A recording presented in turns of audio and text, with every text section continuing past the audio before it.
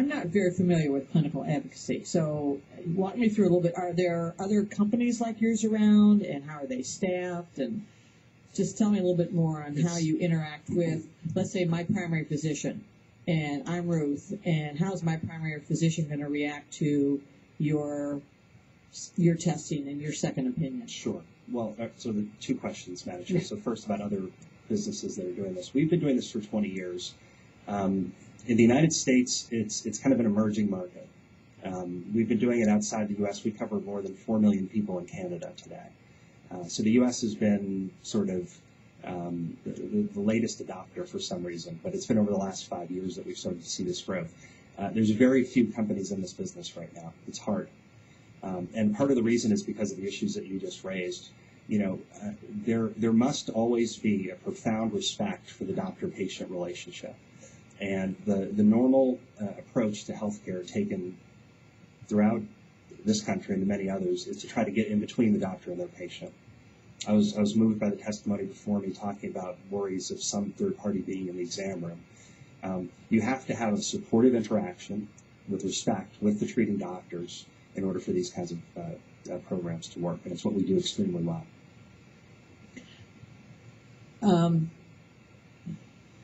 So I know in the legislation, clinical advocacy is one of the considerations for plan design. When that plan design is formed, do you offer like a set fee? I mean, how are your fees determined, and what are the costs? If you can address that a little bit. We're paid on a per employee per month basis, and when we're paid, we cover everybody in the employee's family, and it's just one fee. Depending on the size of the group, I mean, like with many things in healthcare, the bigger you are as a purchaser, the better pricing you can get. Pricing can anywhere from $3 to $4 per employee per month. Once we've received that $3 to $4 from the employer, there's no other cost to anybody. And our service plugs into whatever kind of plan design you might have. Look, the way to think about this from a best doctor's perspective, there's health insurance on the one hand, and there's health care on the other hand. And our world is in health care, helping people get the right diagnosis and treatment. How it gets paid for is, certainly if you talk to a patient, the first thing they want is to get well. But how it gets paid for is secondary. But at the end of the day, if you do the health care right, you save money on the health insurance component. And how large of a staff do you have? How many employees are there? Worldwide, we have about 400 employees. 400 employees, okay. And so we're, if you can do a lot of math to understand how common these problems are. They're quite common. The incidence rates of disease in general in the population are about 1 in 100. That's why I mentioned about 1 in 100 people every year are making decisions like this. So what we try to do with employers that we work with is to educate all the employees. We don't need to touch every single one and help them with their medical decisions, but we feel an obligation for everybody to feel educated that, listen, it's okay to ask questions. It's okay to insist on feeling comfortable with the decisions that are being made about you. And are your services, obviously you flew in from Massachusetts, so is your company just based in Massachusetts? I mean, do you have regional offices, and how do you interact with the patients? Yeah, for our U.S. Customers, most of our people are based in Boston. For people that are in other countries, we put them in local places. But in markets where we have large numbers of covered people, we like to have local staff. There's a tremendous value of people that know the local landscape, speak with a local accent, as opposed to someone like me. So it must be tele-treatment. So a lot of this must be done electronically through the phone, or, right. I mean, how is... The primary way we get in touch with people is over the phone. We have the ability to do a lot of things electronically, but healthcare is a funny thing. I mean, people like to be, certainly personal interaction is important. When you're doing the work of actually collecting medical information, it doesn't matter what country you're in or what part of the country you're in, medical information is stored in incredibly disorganized ways. So there's a lot of manual labor that goes into helping people get their records and getting their information, and that has to be done through these types of means that you've described. Thank you. Mm-hmm. We have a bunch of representatives here. Representative Scripps. Thank you, Madam Chair.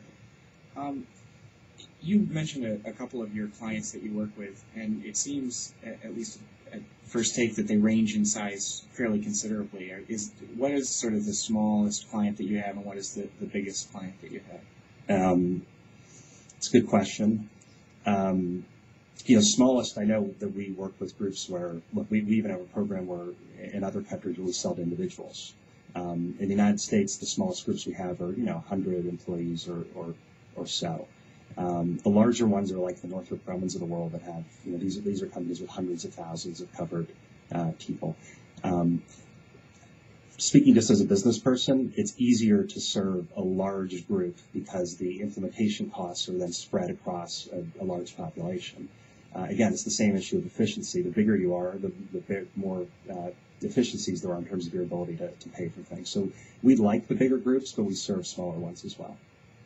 And I know that one of the, if I may, I know that one of the proposals one of the planks of the speaker's proposal is something that looks a lot like clinical advocacy. But if I'm hearing you right, there might be advantages to doing it with a pooled group, as has been proposed. But you could do this with individual school districts across the state as effectively from the patient's perspective, if not administratively.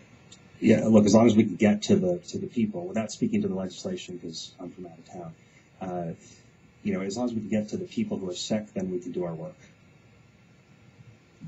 Thank you very much. Representative Bolger. Thank you, Madam Chair. I wanted to go to the Ruth example. And as we looked at the Ruth example, I assume that her health insurance covered the subsequent treatment she received? Yes.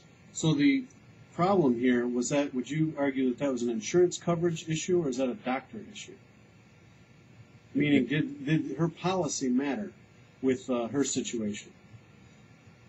Yeah, I want to make sure I understand the question. The way that to think about her case is that this is a medical problem, and the healthcare system writ large was part of what her problem was. Everybody gets rushed through the medical system. 15 minutes with one doctor, 10 minutes with the next, and everybody reading files to decide what's wrong with you. And it's very easy for things to get dropped and to fall through the cracks. So what happened to her is to me almost a public health issue that goes on across the country no matter how your health care gets paid for. So in and of itself, it's not an insurance issue, it's a healthcare system issue. But as I was saying before, the insurance pays the price, except the patient first. But if she had not had the surgery, she would have ended up having the surgery later. It's the old, what's the stitching time saves 9, and it would have been worse. I understand that. I just wanted to be clear that it wasn't the policy matter that or caused this. It was a grander issue. It's a grander issue, exactly. It's a medical issue. Right, thank you. Representative Pavlov.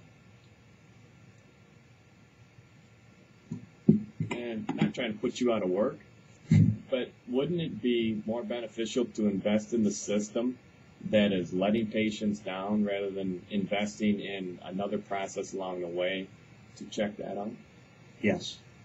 However, it's not real life experience of people in healthcare. I think that, of course, there's things that could be done to say it's not okay for primary care doctors to have to see 40 patients a day, but it's the way the system works. So maybe at some time, 20, 30, 40, 50 years from now, we can address that issue. But the way I see it is today, if someone is sick, they need the help.